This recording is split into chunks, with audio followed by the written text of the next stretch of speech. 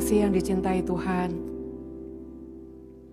seperti yang tadi Tuhan sudah ungkapkan, sekalipun kita tidak setia, Dia tetap setia.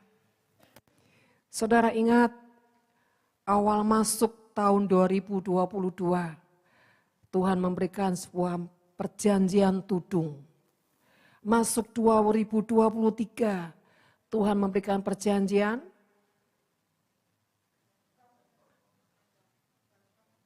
God's Covenant. Saudara, dan Dia tetap setia dengan janjinya. Apapun keadaan kita, Dia tetap setia dengan janjinya. Saudara, yang tadi kita pujikan, ku tetap cinta. Walau badai menerpa, ku tetap cinta. Saudara, ini hanya dimengerti oleh orang-orang yang hatinya dewasa. Awal kita masuk pujian tadi, masih ingat saudara? Lebih dari segalanya, ku berharap padamu. Di refnya coba apa saudara? Tenanglah jiwaku dalam naungan sayapmu. Coba saudara perlu mengerti. Menembus awan kelabu. Ini keajaiban saudara. Pandang kemuliaanmu. Selalu ku rindu lekat dalam hatimu, mengikuti rencanamu, Yesus Tuhan Rajaku. Apa itu tuh saudara? Menembus awan kelabu, keadaan dunia yang seringkali gelap, yang seringkali tidak ada pengharapan. Saudara, orang-orang yang ada dalam perjanjian Tuhan, dia akan tetap Tuhan berikan ketenangan, kedamaian. Tuhan katakan, nak, apapun gelombang yang sedang lewat, badai yang sedang menerpa, bahkan jalan-jalan buntu, bahkan tekanan demi tekanan, ingat akan janjiku, nak. God's covenant. Tenang, nak, aku memberikanmu kekuatan. Aku memberikanmu damai sejahtera. Bahkan ketika hatimu bersyukur, aku akan membawamu terbang dengan sayap anugerahku, sehingga kau dapat menembus awan yang kelabu. Engkau didapatinya menang atas setiap kondisi keadaan dunia. Saudara, bahkan dikatakan memandang kemuliaanmu. Artinya antara saudara dan Tuhan tidak ada batasan. Yuk saudara, jangan tertidur ya. Ini benih yang sangat-sangat luar biasa. Saya berharap saudara bisa menangkap yang ilahi. Jangan sampai iblis memfokuskan apapun di dalammu sehingga kau tidak bisa menangkap benih yang ajaib. Siapa yang menangkap, siapa yang menyambar, disitulah terjadi mujizat.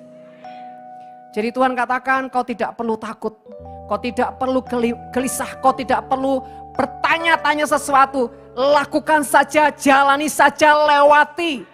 Seperti Tuhan tadi bermazmur, aku ini menggandeng tanganmu, nak. Sekalipun kadang-kadang kau marah, kau kesel, kau kecewa, kau lelah, kau letih, aku tetap yang membawa engkau berjalan. Yes. Saudara, saya sedikit kasih cuplikan ya untuk yang malam Paskah nanti.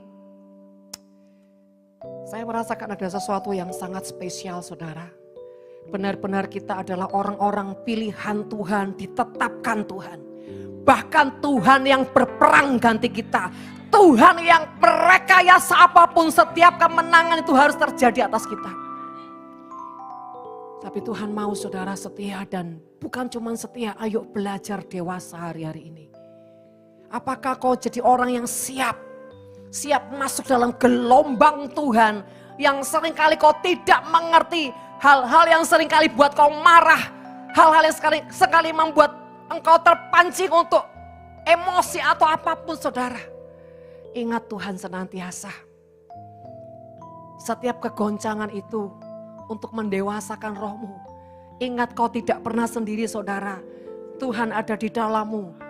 Andalkan Tuhan, sekalipun kau rasanya Tuhan saya nggak ngerti harus ngapain, justru ketika kau nggak tahu harus ngapain, tenangkan hatimu, pastikan sampai Tuhan yang membukakan jalan yang tidak pernah kau mengerti. Dan saudara terkasih, saya mau kutip sedikit peristiwa Maria Magdalena, karena ini adalah wanita yang sangat ekstrim dalam mencintai Tuhan. Pada saat Tuhan ditangkap sampai dia ada di salib, wanita ini tidak berhenti mengikuti Tuhan. Saudara kalau tahu film G30 PKI, ya, yang seorang anak yang bapaknya dibunuh sampai darahnya bercecer, dia nangis seperti itu saudara. Bapak! Histeris saudara ya. Wanita ini juga histeris saudara. Ketika dikubur tidak ada lagi jasad Yesus. Dia histeris. Seperti dia kehilangan pribadi yang sangat dia cintai dan dia tidak bisa hidup tanpanya. Saudara, saya kalau sudah merenungkan Maria Magdalena ini, aduh, cintanya luar biasa. Saudara, pada saat dia datang ke kubur dengan mau membawa minyak dan rempah-rempah dan bunga-bunga yang harum untuk apa? Untuk jenazah Yesus. Tiba-tiba ketika dia datang dengan membawa rempah-rempah yang wangi-wangian saudara untuk jasad Yesus, tiba-tiba tidak ada. Wow. Yuk kita baca saudara, Yohanes 20. Ini dia sudah lari dari kubur Yesus saudara. Dia berusaha mencari di mana jenazah Yesus. Yohanes 20 ayat 14 sampai 15. Sesudah berkata demikian ia menoleh ke belakang dan melihat Yesus berdiri di situ, tetapi ia tidak tahu bahwa itu adalah Yesus.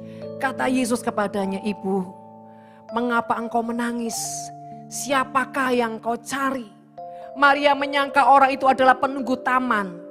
Lalu berkata kepadanya, "Tuhan, jikalau Tuhan yang mengambil dia, katakanlah kepadaku di mana Tuhan meletakkan dia, supaya aku dapat mengambilnya." Saudara terkasih, bayangin,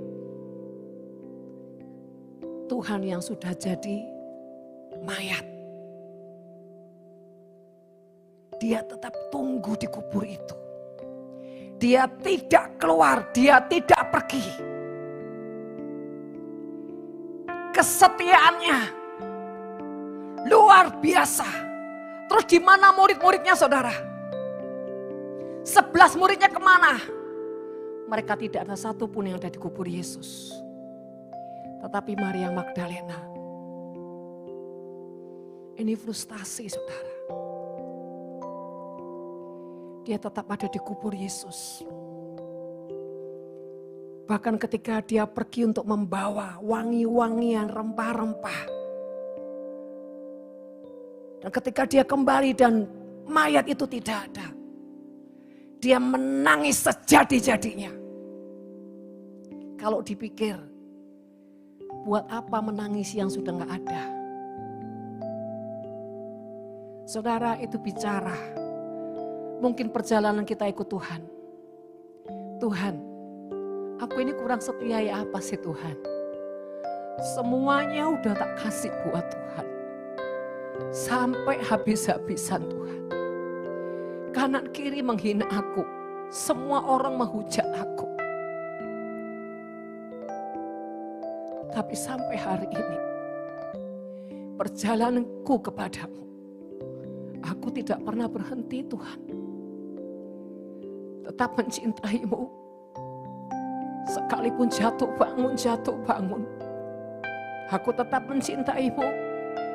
Aku tahu dan aku sadar aku yang kotor ini tidak akan pernah bisa mencintai-Mu Tuhan.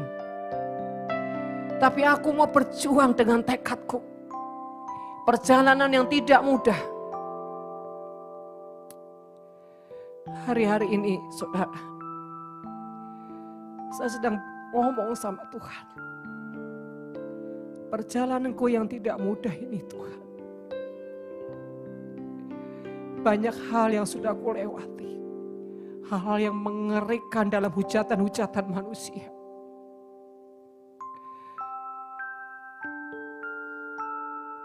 Tapi tidak pernah membuat lelah aku untuk terus mengejar Engkau.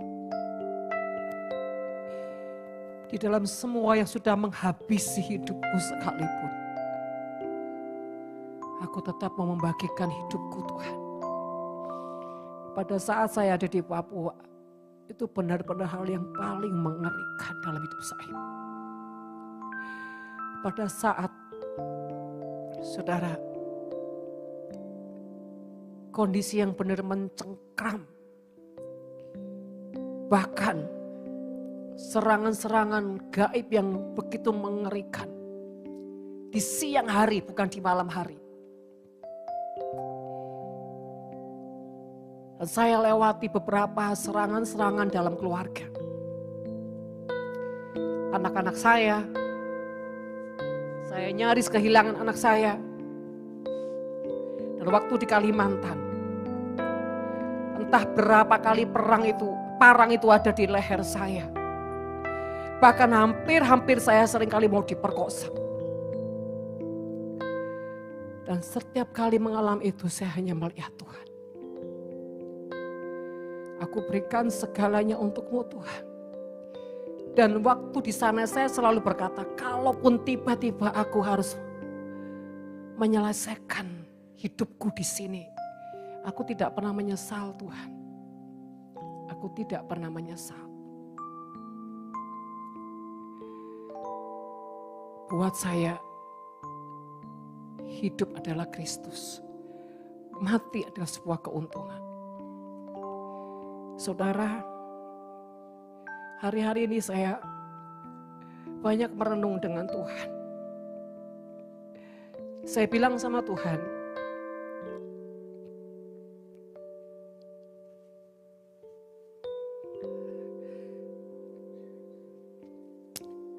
apapun yang saya harus lewati, satu kali pun saya tidak akan mempertanyakan Engkau Tuhan. Satu kali pun aku tidak akan kecewa. Karena aku percaya Tuhan, Engkau Tuhan yang tahu yang terbaik dalam hidupku. Saudara, jujur, saya sangat serius memperjuangkan hidup saudara. Sangat-sangat serius. Dan setiap kali saya bilang, Tuhan, jangan satu pun terlewati di antara mereka. Luputkan Tuhan, luputkan dari semua yang mengerikan. Dan seringkali saudara, iblis berkata, apa hakmu? Dan saya hanya berkata, bukankah satu jiwa berharga di mata Tuhan? Bapak Ibu yang kekasih,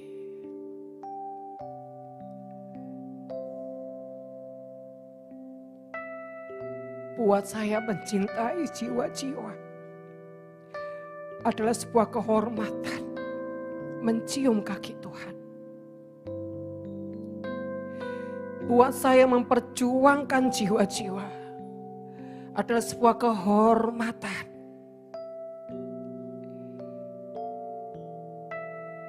Seperti seekor anjing yang menjilat kaki tuannya. Artinya ada banyak hal yang seringkali itu tidak mungkin.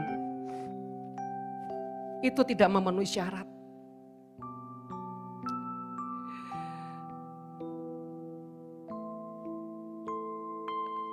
tapi dalam kenekatan saya dalam tanda kutip.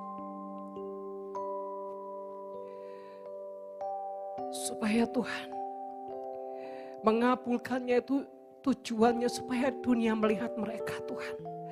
Dan mereka memuliakan Tuhan. Yang kedua, bersumpahlah Tuhan. Supaya mereka tetap setia sampai akhir.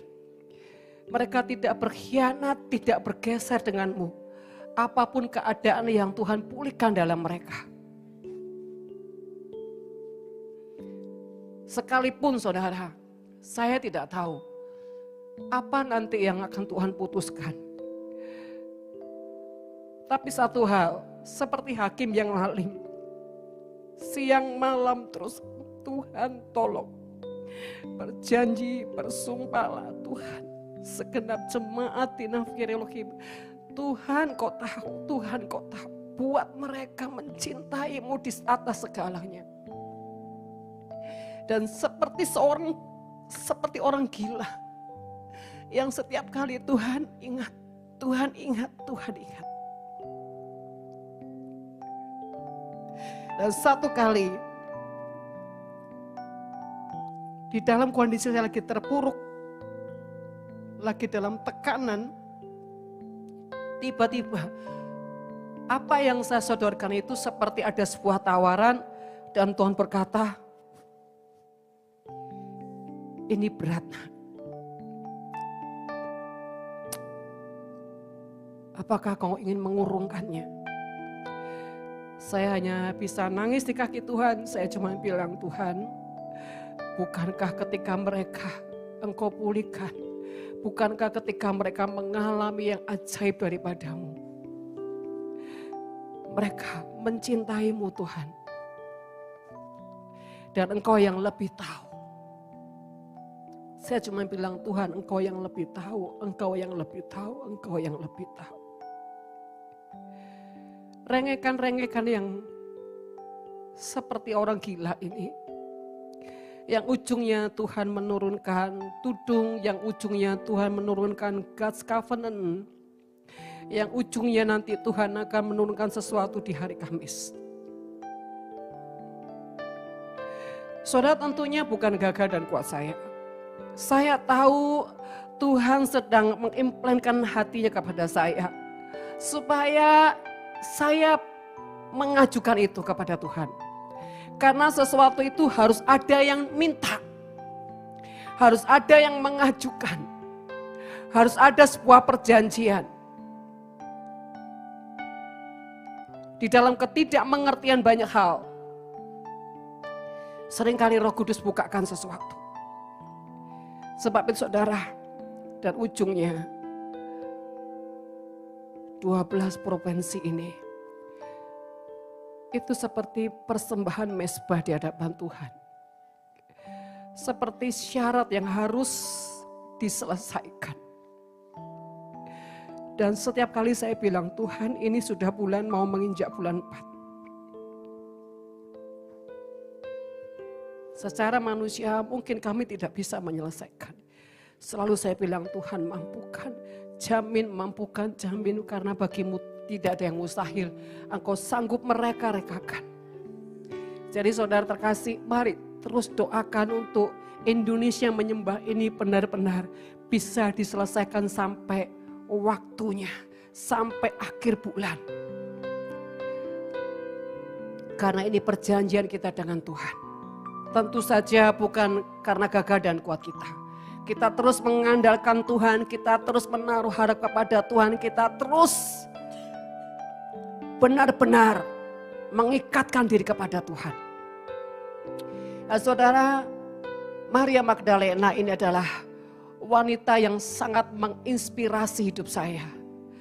Bagaimana kekuatan cinta diletakkan, dipersembahkan, bahkan gila-gilaan mencintai Tuhan tanpa batas. Bahkan sampai habis-habisan. Dan saya percaya, satu kali kelak, saudara semua akan lebih melakukan apa yang saya lakukan. Karena sejujurnya saya hanya benih Dan benih itu ketika diimpartasikan akan terus bertumbuh dengan sendirinya. Sebab itu kekasih Tuhan, jangan pernah bermain-main dengan Tuhan. Jangan pernah bermain-main dalam pertobatan. Jangan pernah bermain-main dalam panggilan. Belajar untuk terus di-upgrade. Belajar untuk meningkatkan kehambaan. Belajar untuk meningkatkan sebuah ketulusan dengan Tuhan. Bahkan mengejar cintanya lebih lagi. Saudara, nanti di hari Kamis, saudara benar-benar persiapkan hatimu karena dalam surat cinta Tuhan itu, sejujurnya Tuhan itu seperti Dia yang beriman atas hidupmu. Satu kali engkau akan berkata seperti itu di hadapan Tuhan dan berkata, Tuhan terima kasih karena ini kau mampukan aku sehingga aku bisa sampai seperti yang kau mau. Saudara, terus siapkan hatimu supaya kau mendapatkan surat yang benar-benar tepat untuk hidupmu. Dan kau bisa menangkap hatinya Tuhan. Karena itu berbicara sebuah perjalanan yang tidak mudah. Tetapi bagaimana Tuhan menjamin engkau sampai di garis akhir. Dan jangan pernah takut apapun tantangan-tantangan yang kau lewati bersama Tuhan. Karena sejujurnya Tuhan itu adalah Tuhan yang sudah buat skenario untuk kemenangan buat setiap kita. Kita hanya menjalankan peranan kita. Dan Tuhanlah yang memampukan, yang menjaminkan kita. Sampai ujungnya kita membalikkan keadaan. Saya juga nggak menyangka yang daftar sudah sangat membludak. Sampai saya sama Maria berpikir mau cari tempat lain karena nggak mencukupi saudara. Tapi ujungnya tetap di tempat ini. Saudara, kalau kita renungkan Tuhan itu seperti pujian tadi, terlalu banyak yang sudah Dia beri buat setiap kita. Sebab itu terus kumandangkan hatimu untuk tetap cinta sama Tuhan. Bahkan bukan cuma setia tapi cinta sama Tuhan. Kalau kau cinta Tuhan, letakkan korban apapun kau tidak akan merasa berat. Kalau kau mencintai Tuhan sungguh-sungguh, bahkan nyawamu pun engkau tidak akan pedulikan.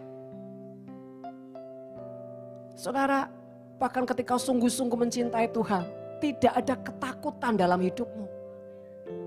Tidak ada ketakutan.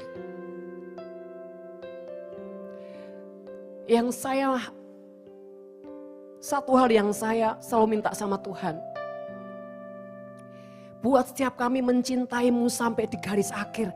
Entah gimana caranya Tuhan, saya nggak ngerti. Engkau bisa mereka-rekakan Tuhan. Karena bagimu tidak ada yang mustahil. Apapun bisa kau lakukan Tuhan. Satu hal yang ku tahu, kau sanggup, kau sanggup, kau sanggup. Saya minta supaya setiap kita mencintai Tuhan. Karena apa saudara? Kalau saudara mencintai Tuhan, segalanya saudara bisa melewati dengan kemenangan. Dan saudara akan menjadi orang-orang yang murni di hadapan Tuhan. Kalau kau murni di hadapan Tuhan, maka Tuhan akan selalu melepaskan perkenanannya atas hidupmu dan keturunan demi keturunanmu. Saudara perhatikan dari dulu selalu, apapun yang diberikan atributnya, tanda-tandanya tidak akan pernah keluar dari yang namanya mawar dan hati, mawar dan hati, mawar dan hati. Hanya saja tahun sekarang ini karena Paskah saudara, tanda-tanda profetik nanti saudara akan terima itu anggur, itu darah Yesus. Dalam botol itu saudara nanti bisa minum dibagi 3 kali atau 7 kali terserah imanmu. Tapi nanti di sini kita akan minum sama-sama. Setelahnya nanti saudara boleh selesaikan, boleh 3 kali, boleh 5 kali, boleh 7 kali, boleh 9 kali. Caranya bagaimana tergantung kau punya rema di hatimu dengan Tuhan. Dan di botol itu ada stiker profetik, ada tongkat, ada banyak hal saudara. Dan tanda itu tanda perjanjian. Kalau tongkat artinya percayalah perjalanan hidupmu, Tuhan akan menuntun engkau. Tongkat bicara juga otoritas Tuhan. Nah saudara, anggur di botol tuh enggak banyak. Saudara hanya minum cukup tetes. Itu iman. Itu darah Yesus yang memateraikan perjanjian, yang menguduskan hidupmu. Dan itu juga anggur gelora cinta yang tidak pernah membuat engkau lelah mencintai Tuhan. Lakukan dengan iman. Surat cinta yang nanti Tuhan berikan, itu bukan cuma 1 tahun, 2 tahun, itu seumur hidupmu. Jadi saudara perhatikan benar-benar, jadi agenda ilahi dalam hidup saudara. Di surat itu nanti ada lambang hati, ada biru dan ada merah. Tergantung siapa nanti yang mendapatkannya. Itu surat rahasia cinta Tuhan dengan saudara. Dan nanti ada ayat telur emas, bicara benih Tuhan yang akan melipat gandakan dirimu dalam kemuliaan Tuhan. Ada buah apel, bicara kehidupan yang menyegarkan jiwa dan rohmu. Dan keturunan demi keturunanmu. Ada buah jeruk, tanda kekuatan kau sepanjang kau mengikut Tuhan. Nah, saudara terkasih, kalau dipikir, kenapa Tuhan bikin semuanya itu, saudara?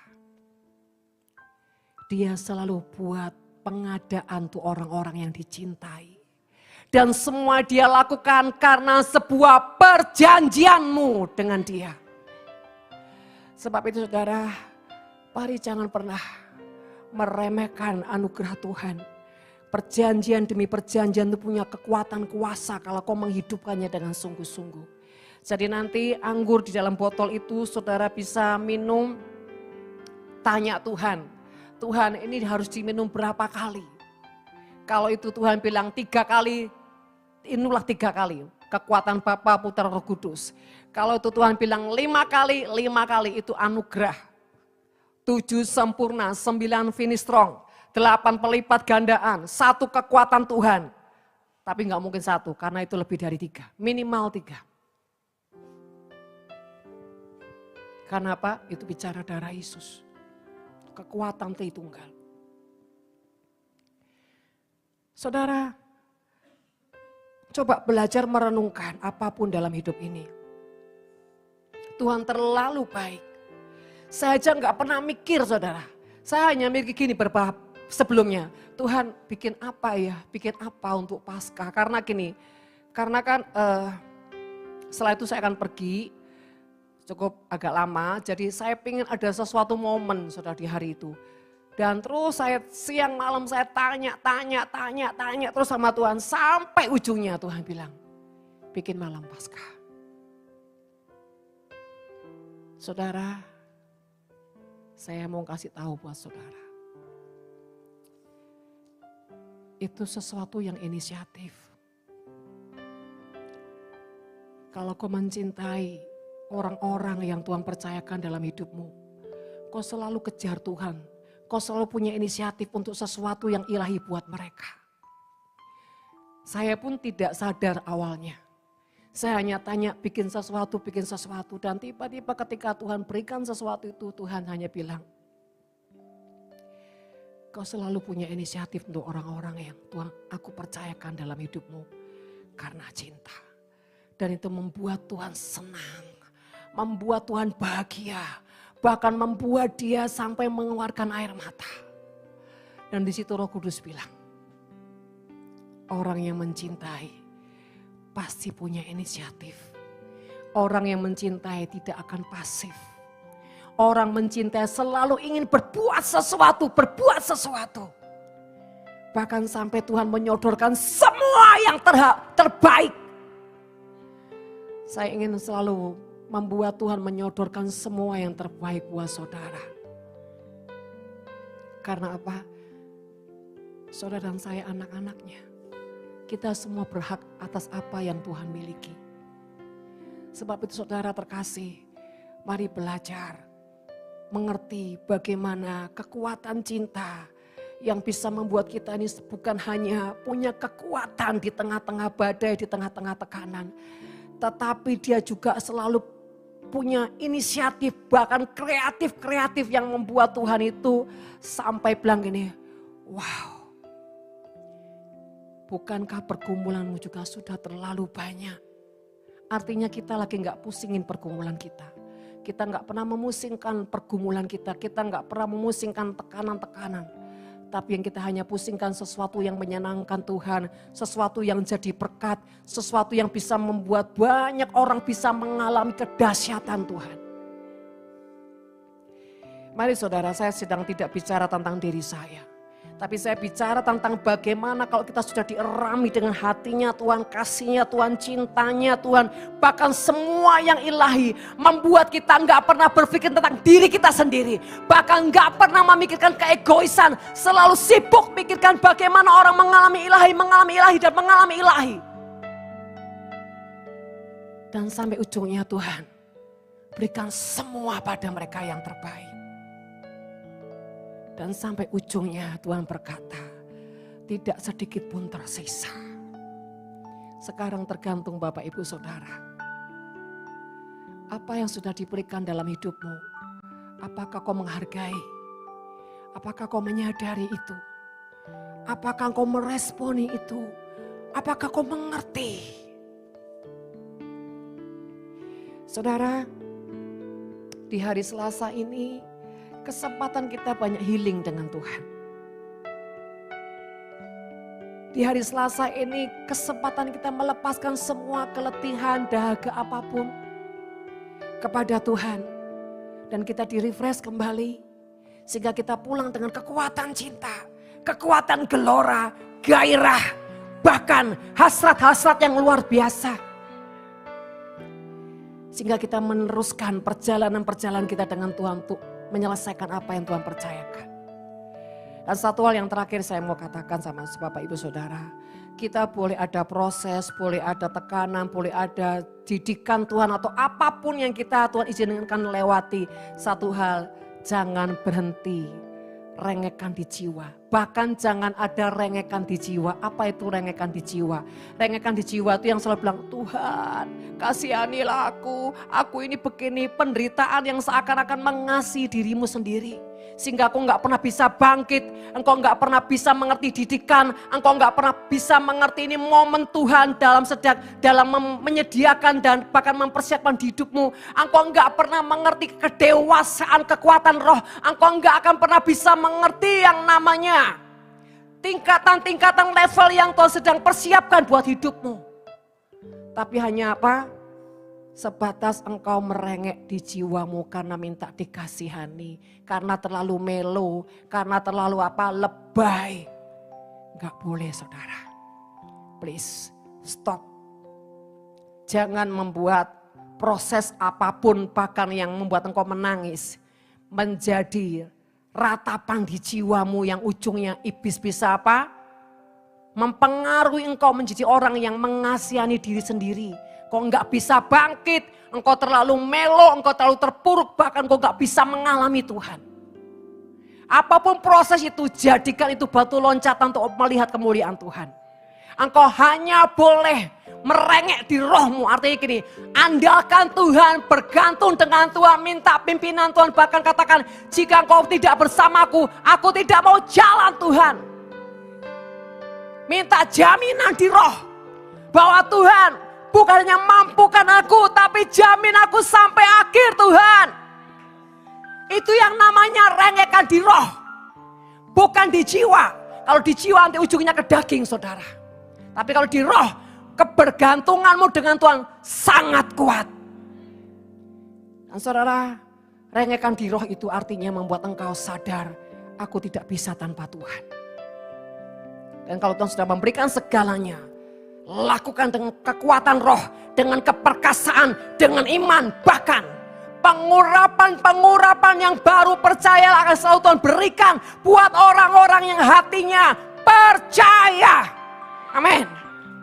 Yes. Mari saudara, kita masuk lagi dalam hadirat Tuhan.